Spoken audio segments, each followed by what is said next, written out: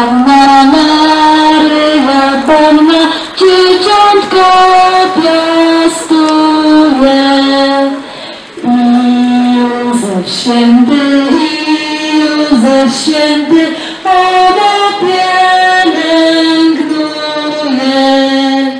Chrystus się rodzi, nas oswobodzi, anieli grają, króle witają, pasterze śpiewają, bydlęta klękają, cuda, cuda ogłaszają.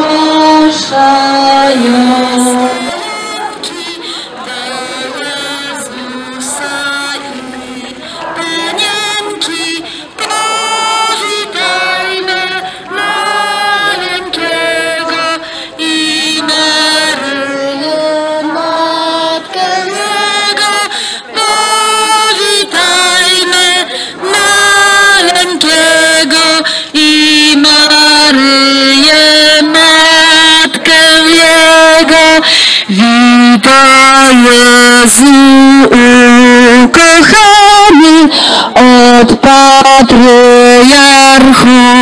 czekany, od proroków ogłoszony, od narodów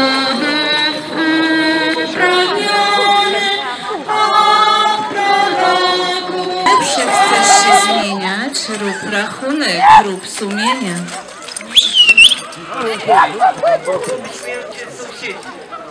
Aby w bramę wejść do nieba, serce swe oczyścić trzeba.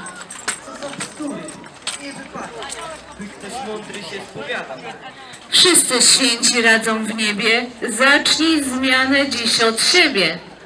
Zmień gadżety i odkrycia, lecz nie zmieniaj swego życia. Brudy kurze czas wyrzucić i przestaniesz już się smucić. Na szczęście aniołowie zwyciężają, to oni zwiastują nam dobrą nowinę.